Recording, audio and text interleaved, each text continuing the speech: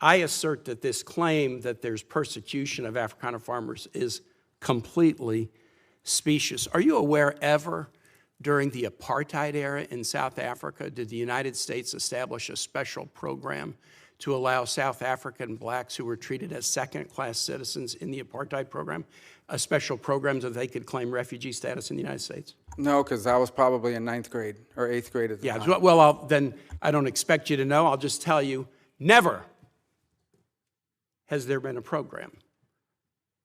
a special program for Africans to come in as refugees to the United States. We've allowed special programs for people being persecuted for their religion, Soviet-era Jews. We've allowed special programs for people fleeing from communism, Cuba, Vietnam, the Soviet Union.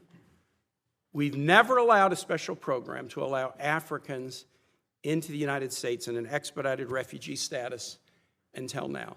Afrikaner farmers living in a nation governed by a government of national unity that includes the main Afrikaner Party.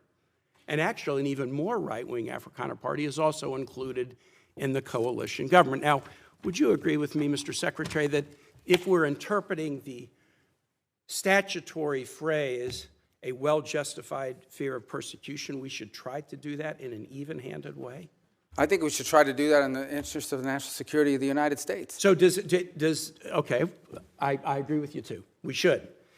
Should we try to do it in an even-handed way? So, for example, should we say, if you're persecuted on the grounds of your religion, we'll let you in if you're a Christian, but not if you're a Muslim? I think that the United States has a right to allow into this country and prioritize allowance of who they want to allow to come in. But I'm going to ask you, what? Yeah. So a well-justified fear of persecution? Yeah, they thought that their farms were being burned down and they would be killed. I think that's a pretty good justification for wanting to come. They're afraid for their lives. And should it be applied in an even-handed way? That's an easy. No, our foreign policy doesn't require even-handedness. It requires prioritizing the interests of the United States. The statutory phrase says you are entitled to entrance as a refugee if you demonstrate a well-justified fear of persecution. No, you're not entitled. So you're can allowed. You have a different standard based upon the color of somebody's skin? Would that be acceptable? Well, I'm not the one arguing that. Apparently you are, because you don't like the fact that they're white, and that's why they're coming. I'm just asking you to say that would be unacceptable. Well, no, I would say that the United States... a very easy thing to say. The United States has a right to pick and choose who they allow into the United States. Even based on the color of somebody's skin.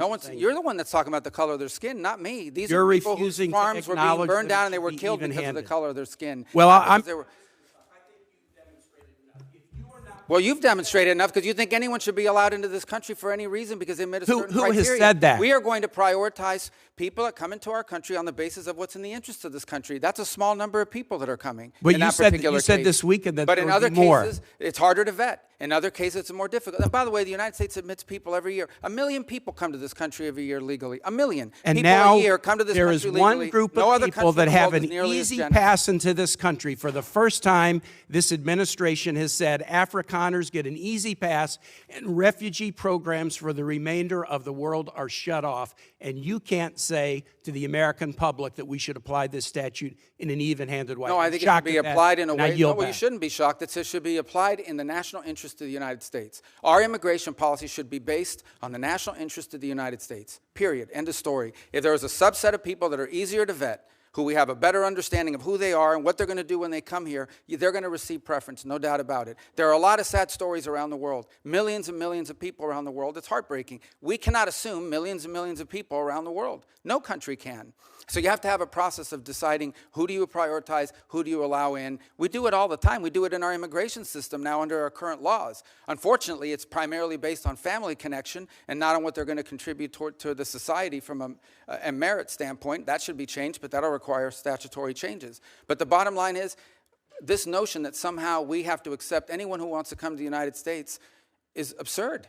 No country in the world has an immigration policy like that. And no one is arguing that we should.